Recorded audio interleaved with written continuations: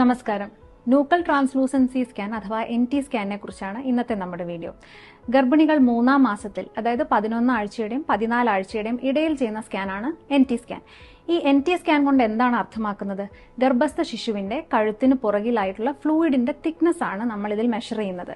ഇതൊരു നിശ്ചിത അളവിന്റെ മുകളിലാണെങ്കിൽ ആ കുട്ടി ജനിതക വൈകല്യങ്ങളോ ഡൗൺ സിൻഡ്രോം പോലുള്ള ക്രോമസോമൽ ഡിസോർഡേഴ്സോ ഉണ്ടാവാൻ സാധ്യതയുള്ള ഒരു കുട്ടിയായി മാറുന്നു.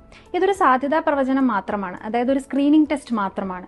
70% NT സ്കാൻ മാത്രമായിട്ട് നമ്മൾ ചെയ്യുമ്പോൾ അതിന്റെ ഒരു കൃത്യത.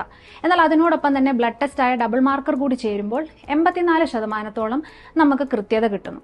ഇതൊരു സോഫ്റ്റ്വെയർ അസിസ്റ്റഡ് ആയിട്ടാണ് ഇതിന്റെ റിസൾട്ട് വരുന്നത്. അതുകൊണ്ട് തന്നെ 1 or 2 days ചിലപ്പം റിസൾട്ട് വരാൻ സമയമെടുത്തേക്കാം. ഇനി നമ്മുടെ റിസൾട്ട് വന്നു, അതിലെന്തെങ്കിലും ഹൈ റിസ്ക് ആയിട്ട് റിസൾട്ട് വന്നു എന്നിരിക്കട്ടെ, അപ്പോൾ നമ്മൾ പേടിക്കേണ്ട ആവശ്യമുണ്ടോ? ഞാൻ പറഞ്ഞ പോലെ ഇതൊരു സാധ്യതാ പ്രവചനം മാത്രമാണ്. അതുകൊണ്ട് ഫർദർ ടെസ്റ്റുകളില്ലാതെ ഈ കുട്ടിക്ക് ഒരു ബുദ്ധിമുട്ടുണ്ടോ എന്നുള്ളത് നമുക്ക് ഉറപ്പിച്ച് പറയാൻ സാധിക്കില്ല. ഇനി 11 ആഴ്ചയുടെയും 14 ആഴ്ചയുടെയും ഇടയിൽ ഈ ടെസ്റ്റ് ചെയ്യാൻ സാധിച്ചില്ല, പിന്നെ എന്താണ് ഒരു വഴി? 15 ആഴ്ചയ്ക്ക് ശേഷവും 20 ആഴ്ചയ്ക്ക് മുൻപുമായിട്ട് നമുക്ക് വേറെ 2 ബ്ലഡ് ടെസ്റ്റുകൾ കൂടെ അവൈലബിൾ ആണ്, ക്വാഡ്രപ്പിൾ മാർക്കറും ട്രിപ്പിൾ മാർക്കറും. എങ്കിലും പരമാവധി NT സ്കാനും ഡബിൾ മാർക്കറും തന്നെ കൃത്യമായി 11 ആഴ്ചയുടെയും 14 ആഴ്ചയുടെയും ഇടയിൽ ചെയ്യാനായിട്ട് ശ്രദ്ധിക്കും.